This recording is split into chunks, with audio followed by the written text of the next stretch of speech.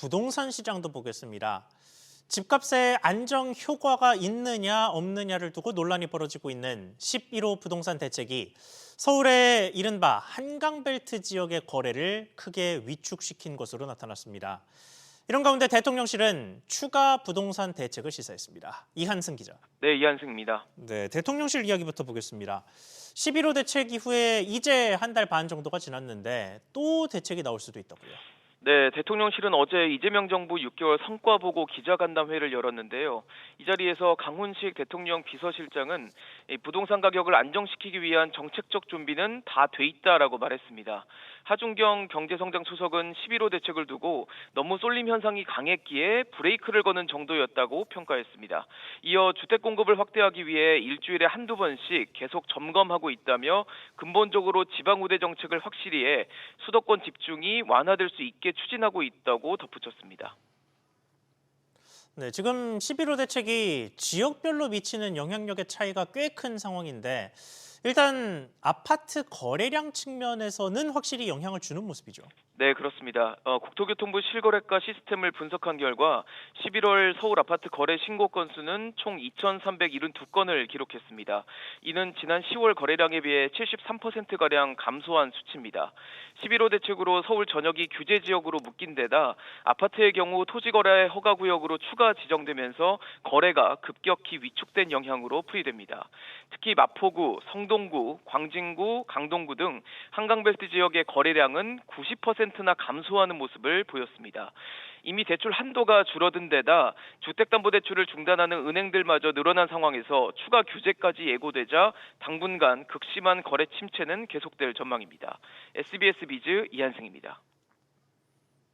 지금 보신 두 종류의 시장에 대해서 이재명 대통령이 여러 차례 강조했던 기조는 부동산 시장에 투자된 자금을 주식시장으로 옮기겠다는 것이었습니다. 그렇다면 현재 부동산과 금융 사이 투자 자산의 차이는 어땠을까요? 지난해 기준 우리나라 가계의 비금융 자산 비중이 해외 주요 국가들보다 2배 컸던 것으로 나타났습니다. 이정민 기자. 네, 이정민입니다. 네, 결국은 부동산 쏠림이 작년까지는 최소한 여전했다는 것이고 사실 부동산의 특성상 이게 올해도 아주 크게 변하지는 않았겠죠. 수치로 보면 어땠습니까? 네, 한국경제인협회에 따르면 지난해 우리나라 가계의 비금융자산 비중은 64.5%로 한국, 미국, 일본, 영국 4개국 가운데 가장 높았습니다. 주택과 같은 부동산이 자산 3분의 2가량을 차지한다는 건데요.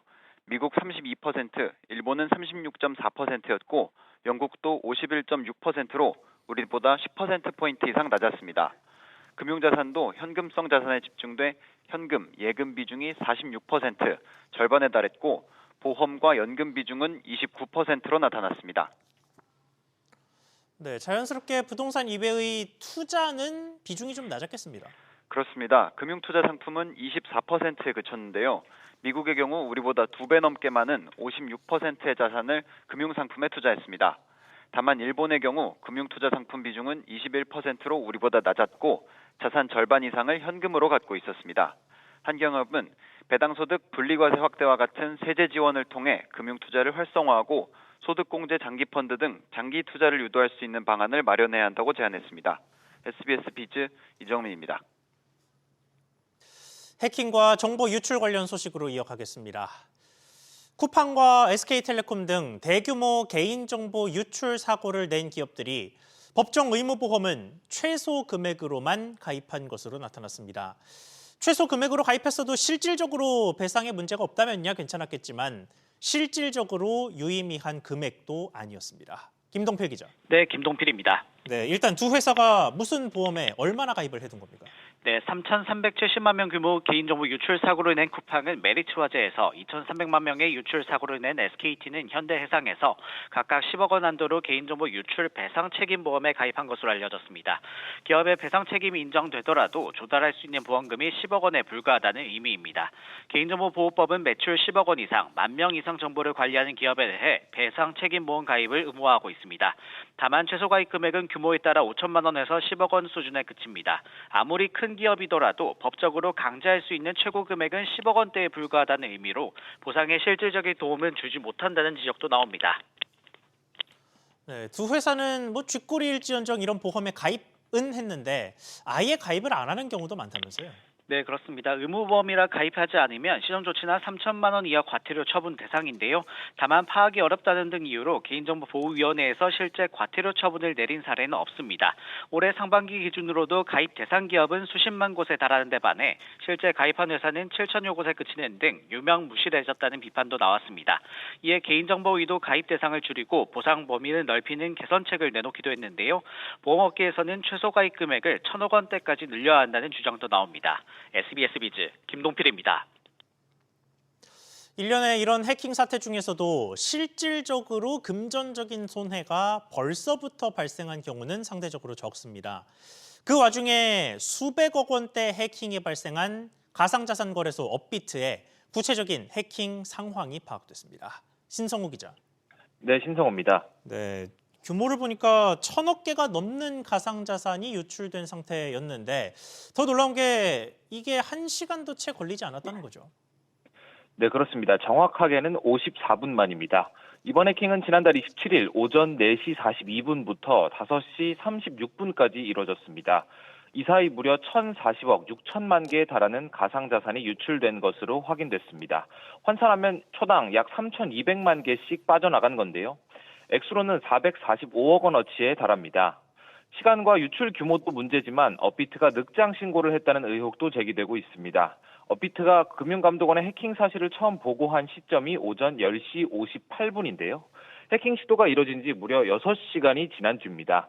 마침 이날 업비트 운영사인 두나무와 네이버 파이낸셜의 합병 행사가 있었는데 일부러 행사를 마치고 뒤늦게 신고를 한 것이 아니냐는 의혹이 제기되고 있습니다.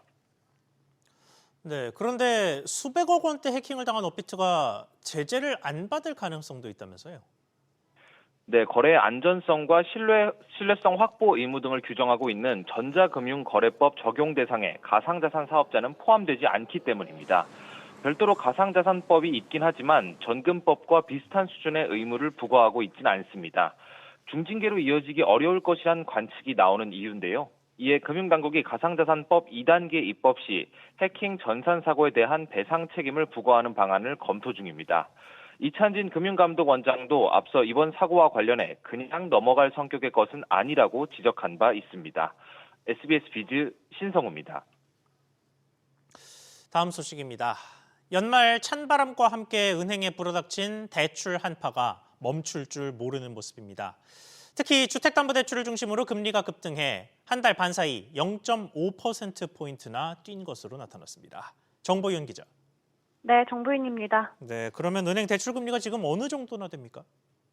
네, KB국민, 신한, 우리하나, NH농협 등 5대 시중은행의 주택담보대출 고정금리는 지난 5일 기준 3.91에서 6.21%로 집계됐습니다. 약 일주일 전인 지난달 28일보다 상단은 0.038%포인트 올랐고 한국은행이 기준금리를 동결한 지난 10월 23일과 비교하면 6주 만에 0.52%포인트나 뛰어오른 건데요. 은행별로는 하나은행 주담대금리가 3.589에서 4.789%에서 4.15에서 5.35%로 0.56%포인트 올라 상승폭이 가장 컸던 가운데 나머지 은행들도 0.5%포인트 내외의 오름폭을 보였습니다. 같은 기간 신용대출금리는 연 3.94에서 5.45%로 집계돼 상단이 약 일주일 만에 0.14%포인트 올랐습니다. 네, 연말까지 이렇게 금리가 계속 오르는 배경이 뭡니까? 네, 대출금리의 기준이 되는 지표금리가 오르고 있는 데다 은행들이 가산금리를 추가로 올리고 있기 때문인데요. 가산금리는 은행이 업무 원가나 비용, 고객 위험도 등을 반영해 자체적으로 붙이는 금리인데 대출 수요를 조절하는 수단으로도 사용합니다. 정부가 6.21 부동산 대책을 통해 하반기 은행권 가계대출 증가 목표치를 50% 축소하면서 가산금리를 올려 대출 수요를 조이는 건데요. 이에 따라 당장 돈이 급하거나 잔금을 치러야 하는 경우 높은 금리를 울며 겨자 먹기로 감내해야 하는 상황입니다. 이런 가운데 대출 한파는 내년까지 이어질 전망입니다. 주담대 위험 가중치가 높아지면서 신규 대출 여력이 올해보다 최대 27조 원 줄어들 것으로 보이는데요. 때문에 연초에 대출 한도가 풀려도 고금리 상황은 쉽게 바뀌지 않을 것으로 보입니다. SBS 비즈 정부인입니다. 내년부터 미성년 자녀를 제대로 양육하지 않은 부모는 자녀가 사망했을 때 유족연금을 받을 수 없게 됩니다. 이른바 구하라법으로 상속권을 잃은 부모에게 재산이 돌아가지 않도록 한 원칙이 국민연금에도 적용되는 겁니다. 이한나 기자. 네, 이한나입니다. 네, 유족연금에 구체적으로 어떤 변화가 생깁니까? 네, 양육 의무를 저버린 부모에게 경제적 이득이 원천 차단됩니다. 최근 국회 본회의를 통해 국민연금법 개정안이 통과된 데 따라서인데요. 개정안에는 미성년 자녀에 대한 부양 의무를 다하지 않은 부모가 자녀 사망 시 국민연금에서 지급되는 각종 유족급여를 받을 수 없다는 내용이 핵심적으로 담겼습니다. 기존에는 부모가 실제로 자녀를 돌보지 않았더라도 법적 상속권이 남아 있었는데요. 때문에 자녀가 사망했을 경우 유족연금이나 보험금 성격의 급여를 챙겨가는 일이 가능했습니다. 하지만 이번 개정으로 이런 유형의 얌체 수급에 제동이 걸릴 것으로 보입니다. 네, 그러니까 키우지 않은 부모는 받을 자격도 없다라는 원칙을 제도화한 셈인데 왜 이런 조치가 이루어졌습니까? 네, 이번 개정은 연예인 고 구하라 씨 사례에서 촉발된 구하라법의 취지를 국민연금 제도에도 반영한 겁니다. 자녀를 방치하거나 유기했음에도 사망 이후 재산이나 연금을 가져가는 모순을 끊기 위한 겁니다. 지급이 제한되는 범위도 넓은데요. 법원에서 상속권 상실 판결을 받은 부모에 대해 국민연금공단이 유족연금과 미지급급여, 반환일시금, 사망일시금 지급을 모두 거절할 수 있게 됩니다. 이 제도는 내년 1월 1일부터 시행됩니다. SBS 비즈 이한나입니다. 보험주는 일반적으로 고배당주라는 인식이 있습니다. 실제로도 배당 성향이 높은 편이죠. 그런데 최근 몇 년간 연말 배당 때면 배당이 힘들 수도 있다는 우려가 나오고 올해도 예외가 아닙니다. 해약 환급 준비금이 이유라고 하는데 어떤 사정이 있는 건지 짚어보겠습니다. 오서영 기자. 네, 오서영입니다. 네, 그러니까 돈을 미리 쌓아둬야 해서 내줄 돈이 없을 수도 있다 이런 얘기죠. 네, 그렇습니다. 금융당국은 보험 가입자가 갑자기 해지하더라도 보험사 환급금이 부족하지 않도록 해약 환급금 준비금 제도를 3년 전 도입했습니다. 다만 이 제도로 인해 보험을 팔수록 적립금이 늘어나다 보니 주주 배당할 돈이 모자란다는 비판이 나오기 시작했는데요. 이에 금융당국은 건전성이 좋은 회사들은 적립 비율을 80%만 쌓을 수 있도록 지난해 규제를 한번 완화해줬습니다. 다만 이렇게 환급금을 낮게 쌓으면 기본 자본까지 줄어들 수 있는데요. 금융당국이 앞으로 기본 자본 비율도 중점적으로 보겠다고 한 상황에서 전부 충족하기는 어렵게 되자 환급금 제도를 추가 개선하는 방안도 살피고 있습니다.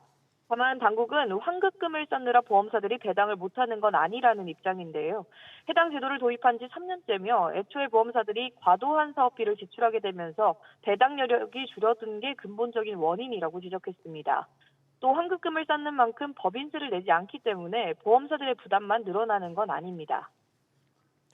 네, 그러면 실제로 각 보험사들, 이 경우에는 종목별로가 되겠죠. 종목별로 배당을 못하는 보험사들은 어떤 것들이 있습니까?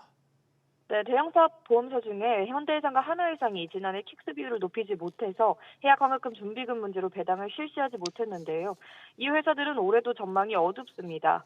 10개 상장 보험사 가운데 올해 배당이 가능한 회사는 삼성생명과 삼성화재, DB손보 3곳에 불과하다는 전망이 나옵니다. SBS 비즈 오서영입니다. 올 하반기부터 꾸준히 강화돼 왔던 기업 공개, IPO 관련 규제가 반년 만에 다시 손질됩니다.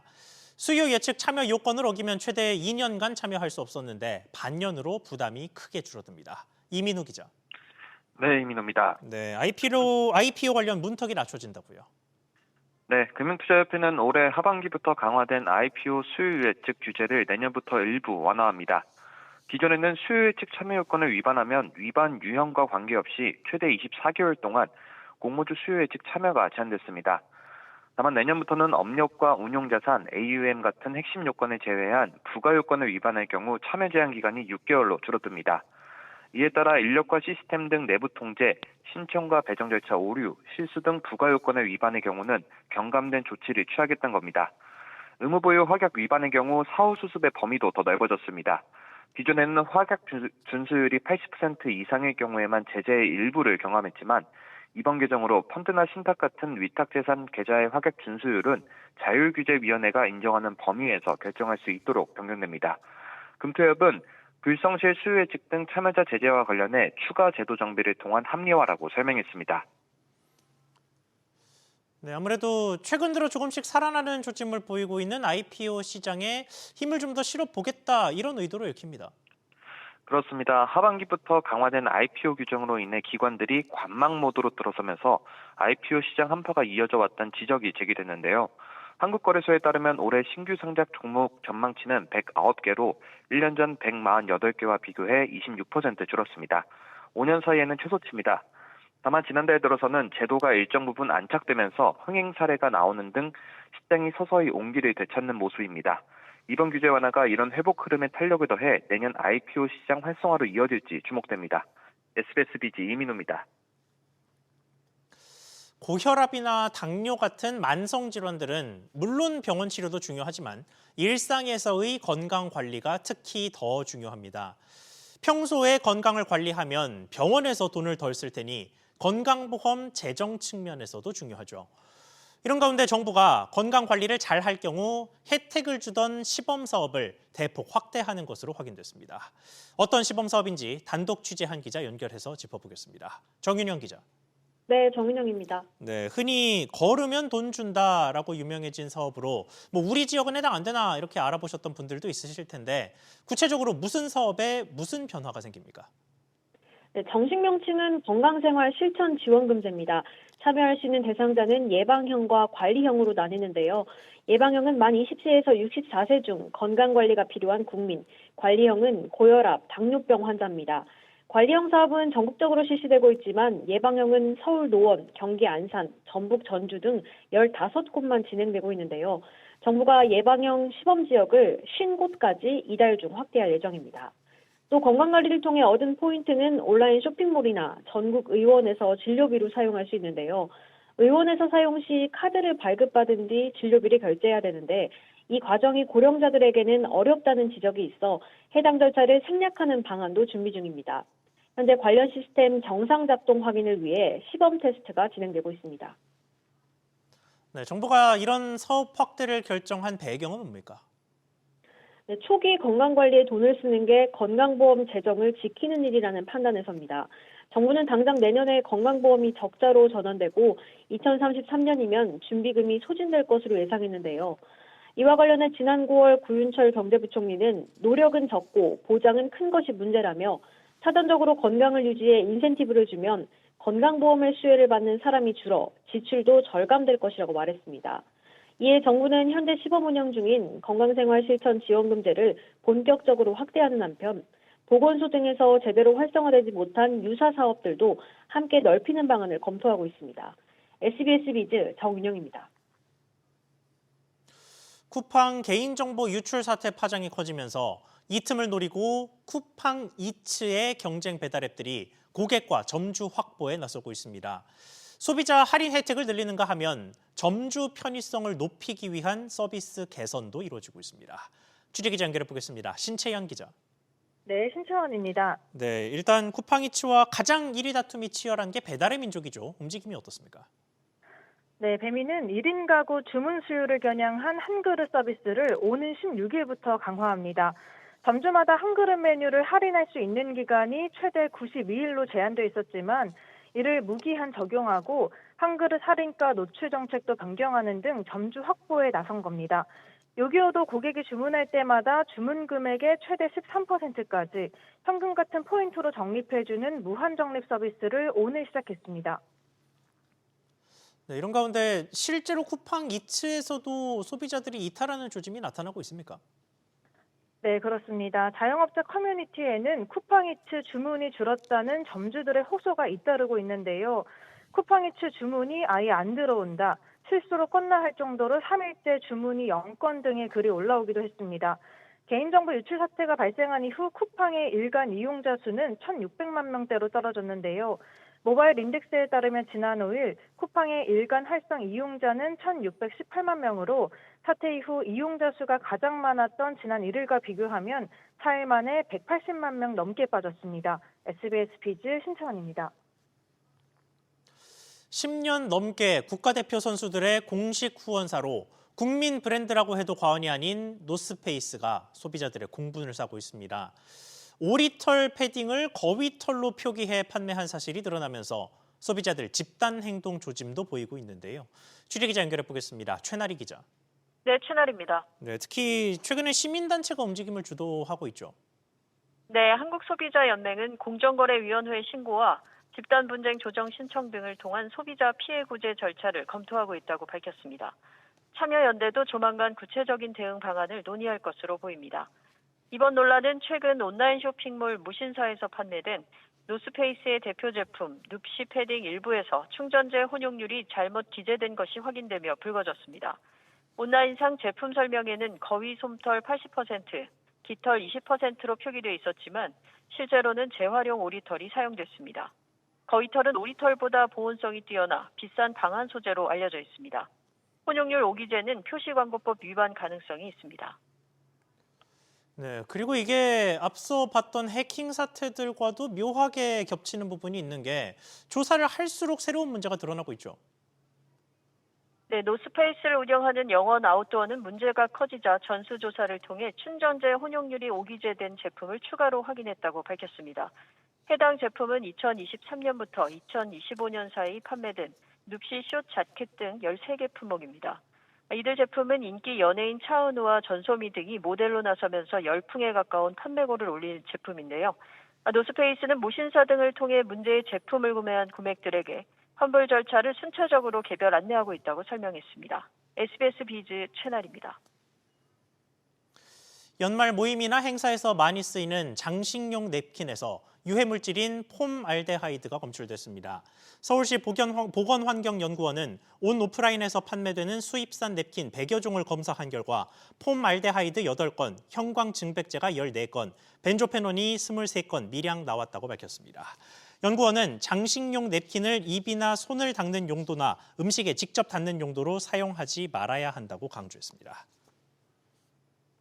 지역 상권 활성화를 위해 추진된 상생소비복권의 당첨 결과가 상생페이백 홈페이지를 통해 공개됐습니다.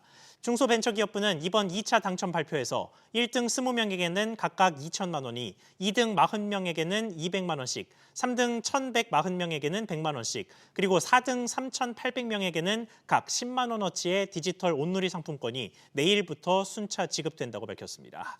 이번 2차 당첨 규모는 인원과 금액 모두 1차 때보다 2배 이상 늘었습니다.